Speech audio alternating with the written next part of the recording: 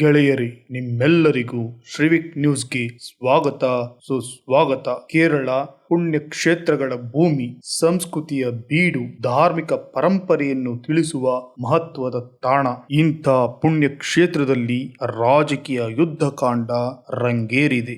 Communist, Congress, BJP ಇವರ ತ್ರಿಕೋನ ಸ್ಪರ್ಧೆಯಲ್ಲಿ ಗೆಲ್ಲುವವರು ಯಾರು? ವಿಜಯ ಮಣಿಮಾಲೆ ಯಾರಿಗೆ ಸ್ವಂತವಾಗುತ್ತೆ? ಈಗ ಕಾಂಗ್ರೆಸ್ಸಿನ ಶಕ್ತಿ ಕೇಂದ್ರ ಅಂತ ಗುರುತಿಸಿಕೊಳ್ಳುತ್ತಿರುವ ಕೇರಳದಲ್ಲಿ ಕೇಸರಿಯ ಧ್ವಜ ಹಾರಾಡುತ್ತಾ ಕಮ್ಯುನಿಸ್ಟರ ಪಾಡೇನು? ತಮಿಳುನಾಡು, ತೆಲಂಗಾಣದ ಬಳಿಕ ಈಗ ಕೇರಳದಲ್ಲೂ ಬಿಜೆಪಿ ತನ್ನ ಗೆಲುವನ್ನು ಸಾಧಿಸಲು ಗಂಭೀರ ಪ್ರಯತ್ನ ಮಾಡ್ತಾ ಇದೆ. ಹಿಂದೂ, ಕ್ರೈಸ್ತ, ಮುಸ್ಲಿಂ ಎಲ್ಲ ಮತಗಳಲ್ಲಿ ಇರುವ ಸೂಕ್ತ ಅಭ್ಯರ್ಥಿಗಳಿಗೆ ಟಿಕೆಟ್ ಕೊಡುವ ಮೂಲಕ ಬಿಜೆಪಿ ಕಾಂಗ್ರೆಸ್ ಹಾಗೂ ಕಮ್ಯುನಿಸ್ಟ್ ಪಕ್ಷಕ್ಕೆ ಚೆಕ್ ಇಟ್ಟಿದೆ. ಹಾಗಾದರೆ ಇದು ವರ್ಕ್ ಆಗುತ್ತಾ? ಕೇರಳದ ಗೆಲುವಿಗೆ ಬಿಜೆಪಿ ಮಾಡುತ್ತಿರುವ ತಂತ್ರ ಏನು? ಘಟಾನುಘಟಿಗಳನ್ನ ಕೇರಳದಲ್ಲಿ ಸ್ಪರ್ಧೆ ಮಾಡಿಸುತ್ತಿರುವುದು ಯಾಕೆ? ಬಿಜೆಪಿ ನಾಯಕರ ಲೆಕ್ಕಾಚಾರ ಏನು? ಕೇರಳ ಅಂತ ಪ್ರಮುಖ ರಾಜಕೀಯ ಕ್ಷೇತ್ರವ? ಕೇರಳ ಬಿಜೆಪಿಗೆ ಯಾಕೆ ಬೇಕು? ಸ್ನೇಹಿತರೆ, ಲೋಕಸಭಾ ಚುನಾವಣೆ ಅಂತ ಬಂದಾಗ ಕೇಂದ್ರದಲ್ಲಿ ಕಾಂಗ್ರೆಸ್ ನೇತೃತ್ವದ ಯುಡಿಎಫ್ ಮೇಲುಗೈ ಸಾಧಿಸುತ್ತಾ ಬಂದಿದೆ. ಕಳೆದ ಬಾರಿ ಚುನಾವಣೆಯಲ್ಲಿ ಇಡೀ ದೇಶದಲ್ಲಿ ಕಾಂಗ್ರೆಸ್ ಗೆದ್ದಿರೋ ಸೀಟು 52, ಅದರಲ್ಲಿ 15 ಸೀಟು ಬಂದಿರೋದು ಕೇರಳದಲ್ಲಿ. ಅದು ಅಲ್ಲದೆ ಈಗಿರುವ ಕಾಂಗ್ರೆಸ್ ಘಟಾನುಘಟಿಗಳಿಗೆ ಕೇರಳ ತವರು ಮನೆ. ರಾಹುಲ್ ಗಾಂಧಿಯ ಜನರಲ್ ಸೆಕ್ರೆಟರಿ ಚಾಣಕ್ಯ ಅಂತ ಕರೆಸಿಕೊಳ್ಳುವ ಕೆ.ಸಿ. ವೇಣುಗೋಪಾಲ್ ಕೇರಳದವರು. ಕಾಂಗ್ರೆಸ್ಸಿನ ದೊಡ್ಡ ವ್ಯಕ್ತಿ, ಈಗ ಭಾರತದ ವಿದೇಶಾಂಗ ಖಾತೆಯ ರಾಜ್ಯ ಸಚಿವ ಡಾಕ್ಟರ್ ಶಶಿ ತರೂರ್ ಕೇರಳದವರು. ಕಾಂಗ್ರೆಸ್ ವರ್ಕಿಂಗ್ ಕಮಿಟಿ ಮೆಂಬರ್ ಆಗಿರೋ ಎ.ಕೆ. ಆಂಟೋನಿ ಅವರು ಕೇರಳದವರು. ಇದಕ್ಕಿಂತಲೂ ಹೆಚ್ಚಾಗಿ ರಾಹುಲ್ ಗಾಂಧಿ ಅಮೇಥಿಯಲ್ಲಿ ಸೋತು ವಯನಾಡಿನಿಂದ ಗೆದ್ದು ಪಾರ್ಲಿಮೆಂಟ್ಗೆ ಪ್ರವೇಶವನ್ನು ಪಡೆದರು. ಹೀಗಾಗಿ ಬಿಜೆಪಿ ಕೇರಳದ ಮೇಲೆ ಹೆಚ್ಚು ಆಸಕ್ತಿ ತೋರುತ್ತಿದೆ. ಬಿಜೆಪಿಯ ಸಂಕಲ್ಪ ಕಾಂಗ್ರೆಸ್ ತತ್ವ ಮುಕ್ತ ಭಾರತವಾಗಿ ಮಾಡುವುದು. ಹಾಗಾಗಿ ಕೇರಳವನ್ನು ಗೆಲ್ಲುವ ಹಠ ಬಿಜೆಪಿಗೆ. ಸಬ್ಕಾ ಸಾಥ್ ಸಬ್ಕಾ ವಿಕಾಸ್. ಬಿಜೆಪಿ ಕೇರಳದಲ್ಲಿ ಗೆಲ್ಲಬೇಕು ಅಂತ ಆಸಕ್ತಿ ತೋರುವುದಕ್ಕೆ ಈ ಕಾರಣವು ಪ್ರಮುಖವಾಗಿ ಇರಬಹುದು. ಬಿಜೆಪಿಯ ಮೂಲ ಸಿದ್ಧಾಂತ ಸಬ್ಕಾ ಸಾಥ್ ಸಬ್ಕಾ ವಿಕಾಸ್.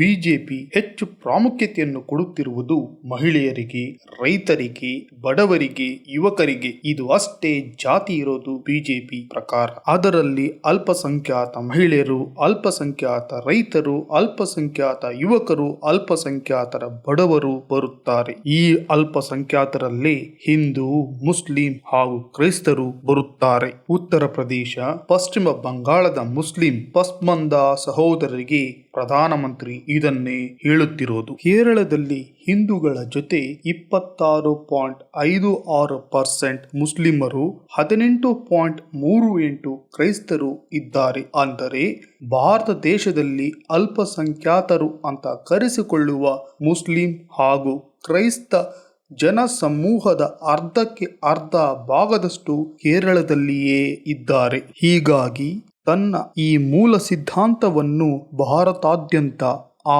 ಮೂಲಕ ಪ್ರಪಂಚದಾದ್ಯಂತ ಮೋದಿ ಸರ್ಕಾರ ಸಿದ್ಧಾಂತ ಹಾಗೂ ಹಿಂದುತ್ವದ ಸಾರವನ್ನು ಸಬ್ಕಾ ಸಾಥ್ ಸಬ್ಕಾ ವಿಕಾಸ್ ಹೇಳುವ ಪ್ರಯತ್ನವನ್ನು ಮಾಡುತ್ತಿದ್ದಾರಾ?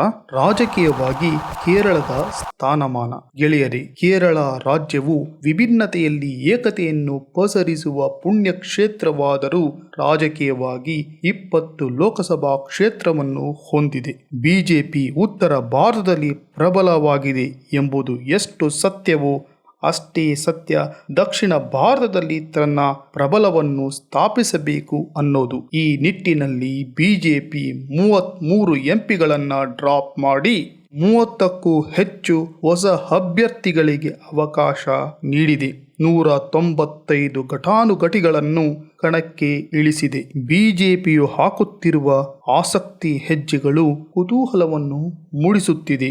ಕಾಂಗ್ರೆಸ್, ಕಮ್ಯುನಿಸ್ಟ್, ಬಿಜೆಪಿ ಮಧ್ಯೆ ಜಿದ್ದಿಯ ತ್ರಿಕೋನ ಸ್ಪರ್ಧೆ ರೋಚಕವಾಗಿ ನಡೆಯಬಹುದು. ಅಖಾಡದಲ್ಲಿ ಇಳಿಯುತ್ತಿರುವ ಘಟಾನುಘಟಿ ನಾಯಕರು ಯಾರು?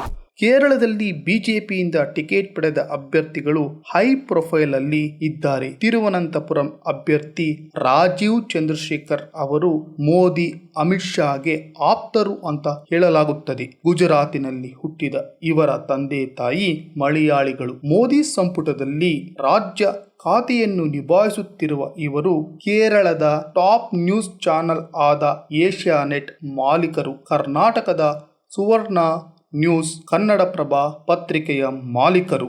ರಾಜೀವ್ ಚಂದ್ರಶೇಖರ್ ಪ್ರಭಾವಿ ವ್ಯಕ್ತಿ. ಇತ್ತ ಕಾಂಗ್ರೆಸ್ ಅಭ್ಯರ್ಥಿ ಕೂಡ ಅಷ್ಟೇ ಪ್ರಭಾವಿ ವ್ಯಕ್ತಿ, ಡಾಕ್ಟರ್ ಶಶಿ ತರೂರ್. ಕಳೆದ ಚುನಾವಣೆಯಲ್ಲಿ ಮಿಜೋರಾಂ ರಾಜ್ಯಪಾಲರಾಗಿದ್ದ, RSS ನಲ್ಲಿ ಆಕ್ಟಿವ್ ಆಗಿ ಕೆಲಸ ಮಾಡುತ್ತಿದ್ದ ಕುಮ್ಮನಂ ರಾಜಶೇಖರನ್ ಅವರಿಗೆ ರಾಜೀನಾಮೆ ಕೊಡಿಸಿ ತರೂರ್ ವಿರುದ್ಧ ಚುನಾವಣೆಗೆ ನಿಲ್ಲಿಸಲಾಗಿತ್ತು. 3,16,142 ವೋಟ್ ತೆಗೆದುಕೊಂಡರು. ಶಶಿ ತರೂರ್ ಅವರು 4,16,131 ವೋಟ್ ಪಡೆದುಕೊಂಡಿದ್ದರು. ಅಂದರೆ 99,989 ಅಂತರದಲ್ಲಿ ಕುಮ್ಮನಂ ರಾಜಶೇಖರನ್ ಅವರು ಸೋತರು.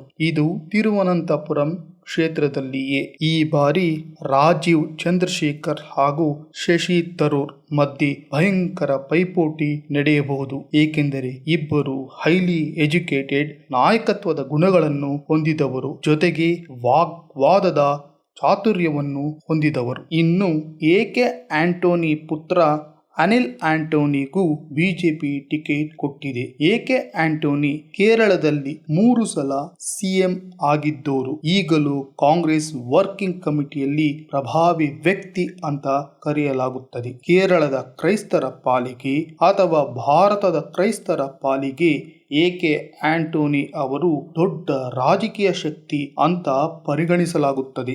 ಎಕೆ ಆಂಟೋನಿ ಅವರು ಸಿಎಂ ಆಗಿದ್ದರು. ಕಾಂಗ್ರೆಸ್ ಇಂದ UDF ಸರ್ಕಾರದಿಂದ ದೇಶದ ಗೃಹ ಮಂತ್ರಿ ಆಗಿದ್ದೋರು. ಅವರ ಮಗ ಈಗ MP ಎಲೆಕ್ಷನ್ಗೆ ಬಿಜೆಪಿಯಿಂದ ಟಿಕೆಟ್ ಪಡೆದುಕೊಂಡಿದ್ದಾರೆ. ಇತ್ತ ಮೋದಿಯವರು ಪದೇ ಪದೇ ಕೇರಳದಲ್ಲಿ ಪಾದ್ರಿಯವರನ್ನು ಭೇಟಿ ಆಗುತ್ತಿದ್ದಾರೆ. ಇದರಿಂದ ಕೇರಳದಲ್ಲಿ ಬಿಜೆಪಿಗೆ ಕ್ರೈಸ್ತ ಮತಗಳ ಬೆಂಬಲ ಸಿಗಬಹುದು. ಅನಿಲ್ ಆಂಟೋನಿ ಸ್ಪರ್ಧೆ ಮಾಡುತ್ತಿರುವ ಪಟ್ಟಣಂತಿಟ್ಟದಲ್ಲಿ ಕಳೆದ ಸಲ ಕಾಂಗ್ರೆಸ್, CPM, ಬಿಜೆಪಿ ನಡುವೆ ಟ್ರಯಾಂಗಲ್ ಫೈಟ್ ನಡೆದಿತ್ತು. ಇನ್ನು ಕೇರಳದ ಅತಿ ಮುಖ್ಯ ಪ್ರದೇಶ ಮಲಬಾರ್. ಇಲ್ಲಿ ಹೈಲಿ ಎಜುಕೇಟೆಡ್ ಡಾಕ್ಟರ್ ಅಬ್ದುಲ್ ಸಲಾಂಗೆ ಬಿಜೆಪಿ ಟಿಕೆಟ್ ಕೊಟ್ಟಿದೆ. ಬಿಜೆಪಿ ಇಲ್ಲಿ ಅಲ್ಪಸಂಖ್ಯಾತ ವ್ಯಕ್ತಿಗೆ ಲೋಕಸಭಾ ಚುನಾವಣೆಗೆ ಕಣಕ್ಕೆ ಇಳಿಸಿದೆ. ಮಲಬಾರಿನ ಮಣಪ್ಪುರಂನಲ್ಲಿ ಇವರು ಬಿಜೆಪಿಯ ಮೈನಾರಿಟಿ ಮೋರ್ಚಾದ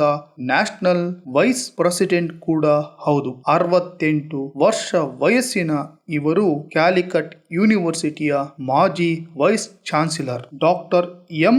ಅಬ್ದುಲ್ ಸಲಾಂ ಅವರನ್ನ ಕಣಕ್ಕೆ ಇಳಿಸುವ ಮೂಲಕ ಬಿಜೆಪಿ ಒಂದು ಸಂದೇಶವನ್ನು ಸಾರುತ್ತಿದೆ.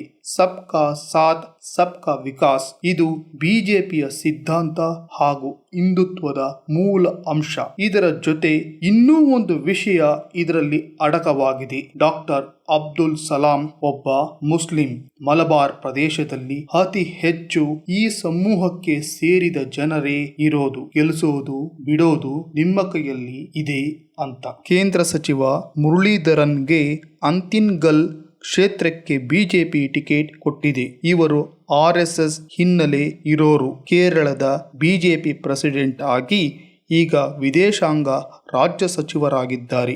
ಇಲ್ಲೂ ಕೂಡ ಬಿಜೆಪಿ ದೊಡ್ಡ ರಣರಂಗಕ್ಕೆ ಸಜ್ಜಾಗಿ ನಿಂತಿದೆ. ಇನ್ನು ಖ್ಯಾತ ನಟ, ಪ್ಲೇಬ್ಯಾಕ್ ಸಿಂಗರ್ ಕೂಡ ಆಗಿರೋ ಸುರೇಶ್ ಗೋಪಿ ಅವರನ್ನ ತ್ರಿಶೂರ್ ಕ್ಷೇತ್ರದಿಂದ ಬಿಜೆಪಿ ಕಣಕ್ಕೆ ಇಳಿಸುತ್ತಿದೆ. ಕಳೆದ ಬಾರಿ ಇವರು ಬಿಜೆಪಿ ವೋಟ್ ಪರ್ಸೆಂಟೇಜ್ ಅನ್ನ 17ರಿಂದ 28.2ಕ್ಕೆ ತೆಗೆದುಕೊಂಡು ಹೋಗಿದ್ದರು. ಇನ್ನು ಪ್ರಮುಖ ಕ್ಷೇತ್ರಗಳಾದ ಪಾಲಕ್ಕಾಡ್ ಇಂದ C. ಕೃಷ್ಣಕುಮಾರ್, ಕಾಸರಗೋಡ್ ಇಂದ MT ರಮೇಶ್, ಪೊನ್ನಾನಿ ಇಂದ ನಿವೇದಿತಾ ಸುಬ್ರಹ್ಮಣ್ಯನ್, ವಡಕರ ಇಂದ ಪ್ರಫುಲ್ ಕೃಷ್ಣನ್, ಕನ್ನೂರ್ ಇಂದ C.